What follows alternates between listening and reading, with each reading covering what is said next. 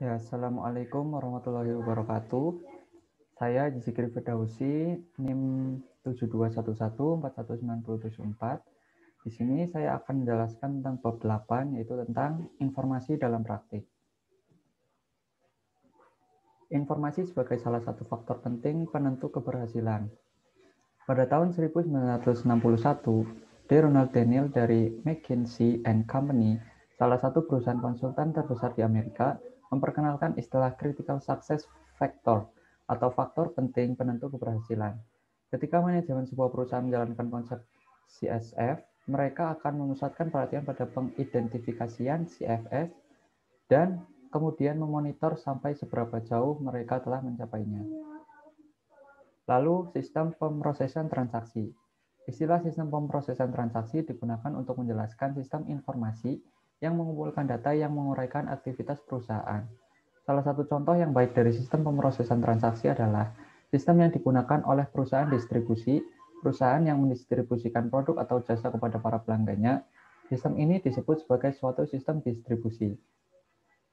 Nah, di sini sudah ada bagan dari model sistem pemrosesan transaksi, di mana di bawah terdapat 3 komponen penting, ada sumber daya fisik input, ada mengubah, dan sumber daya fisik output. Nah, ketiga komponen ini nantinya akan disatukan ke dalam sebuah basis data melalui sistem pemrosesan transaksi yang akan diproses melalui peranti lunak pemrosesan data. Nah, nanti hasilnya dari pemrosesan data tersebut akan diberikan kepada manajemen. Lalu tinjauan sistem. Menggunakan diagram arus data atau DFD untuk mendokumentasikan sistem dengan cara yang hierarkis, di mana DFD mencerminkan tingkat yang tertinggi disebut dengan diagram konteks. Unsur lingkungan dari sistem distribusi meliputi pelanggan, pemasok, ruang persediaan bahan baku, dan manajemen. Subsistem utama dari sistem distribusi. Diagram konteks cukup memadai untuk mendefinisikan batasan sistem unsur, lingkungannya, dan antarmukanya. Subsistem yang ditentukan melalui kotak tegak yang diberi nomor. Contohnya, subsistem yang pertama berhubungan dengan pemenuhan pesanan pelanggan, kedua dengan pemesanan penggantian persediaan dari pemasok, dan ketiga dengan pemeliharaan buku besar perusahaan. Lalu ada sistem yang memenuhi pesanan pelanggan. Sistem yang memenuhi pesanan pelanggan menunjukkan 4 sistem utama yang terlibat dalam pemenuhan pesanan pelanggan, yaitu yang pertama sistem entry pesanan, memasukkan pesanan ke pelanggan dalam suatu sistem. Lalu sistem persediaan memelihara catatan persediaan, sistem penagihan membuat faktur pelanggan, sistem piutang dagang menagih utang daripada para pelanggan. Sistem yang memesan persediaan pengganti. Detail ini ditampilkan dalam sebuah diagram di mana 3 sistem utama, yaitu sistem pembelian menerbitkan pesanan pembelian kepada pemasok persediaan yang dibutuhkan, sistem penerimaan menerima persediaan, dan sistem utang dagang melakukan pembayaran. Sistem yang menjalankan proses buku besar. Sistem buku besar atau General Ledger System adalah sistem akuntansi yang menggabungkan data dari sistem-sistem akuntansi lain dengan tujuan untuk menyajikan gambaran keuangan operasi perusahaan secara gabungan. Terdapat 2 subsistem terkait, yaitu sistem memperbarui buku besar yang akan membukukan catatan yang menguraikan berbagai tindakan dan transaksi ke dalam buku besar. Lalu ada sistem pembuatan laporan manajemen menggunakan isi buku besar untuk membuat neraca dan laporan laba rugi beserta laporan lainnya. Sistem informasi organisasi, area bisnis perusahaan keuangan, STM, layanan informasi, manufaktur, dan pemasaran menggunakan basis data yang diproduksi oleh sistem pemrosesan transaksi, ditambah data dari sumber yang lain untuk menghasilkan informasi yang digunakan oleh para manajer dalam mengambil keputusan dan memecahkan masalah. Semua sistem informasi ini merupakan contoh dari sistem informasi organisasi. Sistem informasi pemasaran. Sistem informasi pemasaran memberikan informasi yang berhubungan dengan aktivitas pemasaran perusahaan, di mana di dalamnya terdiri atas kombinasi antara subsistem input dan output yang terhubung oleh basis data.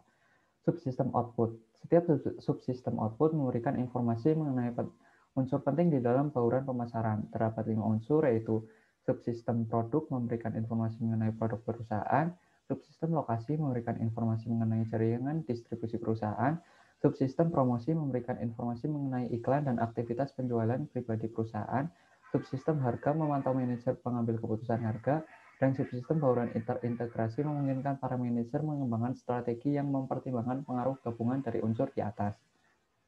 Ada basis data. Data yang digunakan oleh subsistem output berasal dari basis data, dipopulasi dengan data yang berasal dari 3 subsistem input. Lalu subsistem input, terdapat 2 komponen penting dalam subsistem input, yaitu subsistem riset pemasaran mengumpulkan data internal dan lingkungan dengan melakukan studi kasus, subsistem intelijensi pemasaran mengumpulkan data lingkungan yang berfungsi untuk menjaga manajemen, tetap informasi mengenai aktivitas para pesaing dan pelanggan perusahaan serta unsur lain yang dapat memengaruhi operasi pemasaran. Sistem informasi manufaktur memberikan informasi kepada seluruh manajer perusahaan yang berkaitan dengan operasi manufaktur perusahaan. Sistem informasi keuangan memberikan informasi kepada seluruh manajer perusahaan yang berkaitan dengan aktivitas keuangan perusahaan. Sistem informasi eksekutif merupakan suatu sistem yang memberikan informasi kepada para manajer di tingkat yang lebih tinggi atas kinerja perusahaan secara keseluruhan. Manajemen hubungan pelanggan. Manajemen hubungan pelanggan merupakan manajemen hubungan antara perusahaan dengan pelanggan sehingga baik perusahaan maupun pelanggannya akan menerima nilai maksimum dari hubungan ini. Sistem CRM akan mengakumulasikan data pelanggan dalam jangka panjang, 5-10 tahun, atau bahkan lebih dan menggunakan data itu untuk memberikan informasi kepada para pengguna. Data warehousing. Karakteristik data warehouse yaitu kapasitas penyimpanan yang besar, data diakumulasikan dengan menambah catatan baru, data dapat diambil dengan mudah, data sepenuhnya digunakan untuk pengambilan keputusan, dan tidak digunakan dalam operasi perusahaan sehari-hari. Sistem data warehousing. Data warehouse adalah bagian utama dari data warehousing yang memasukkan data dalam gudang, mengubah isinya menjadi informasi, dan menyediakan informasi tersebut kepada para pengguna. Bagaimana data disimpan dalam tempat penyimpanan data warehouse? Dalam tempat penyimpanan data warehouse terdapat 2 jenis tabel yang disimpan dalam tabel-tabel terpisah, yaitu tabel dimensi. Data pengidentifikasian dan deskriptif akan disimpan di dalam tabel dimensi. Istilah dimensi mengartikan bahwa data tersebut dapat menjadi basis data untuk melihat data dari berbagai sudut pandang. Lalu ada tabel fakta. Tabel fakta berisi ukuran kumulatif sebuah entitas, objek, atau aktivitas. Paket informasi. Paket informasi mengidentifikasi semua dimensi yang akan digunakan dalam analisis suatu aktivitas tertentu. Skema bintang. Skema bintang ini memungkinkan diperolehnya informasi seperti unit penjualan aktual menurut kode pos pada 1 bulan tertentu, perbandingan jumlah komisi penjualan menurut wilayah penjualan selama 2 kuartal terakhir, penjualan produk berdasarkan pelanggan untuk tahun berjalan sampai dengan saat ini. Lalu ada OLAP. OLAP merupakan suatu perantai lunak yang secara khusus telah dikembangkan untuk data warehouse. Pendekatan untuk OLAP ada 2, yaitu ROLAP menggunakan suatu sistem manajemen basis data relasional standar, dan MOLAP menggunakan suatu sistem manajemen basis data khusus multidimensional. Data mining. Data mining adalah proses menemukan hubungan dalam data yang tidak diketahui oleh pengguna. Data mining membantu pengguna dengan menemukan hubungan dan menyajikannya dengan cara yang dapat dipahami sehingga hubungan tersebut dapat menjadi dasar pengambilan keputusan. Verifikasi hipotesis. Pendekatan ini memiliki kelemahan, yaitu bahwa proses pengambilan akan sepenuhnya dibantu oleh pengguna, sehingga nantinya informasi yang dipilih tidak akan dapat lebih baik dari pemahaman pengguna yang akan datang. Penemuan pengetahuan. Dalam penemuan pengetahuan, sistem data warehousing menganalisis tempat penyimpanan data warehouse, mencari kelompok-kelompok dengan karakteristik yang sama. Ya, sekian yang dapat saya sampaikan. Kurang lebihnya mohon maaf. Wassalamualaikum warahmatullahi wabarakatuh.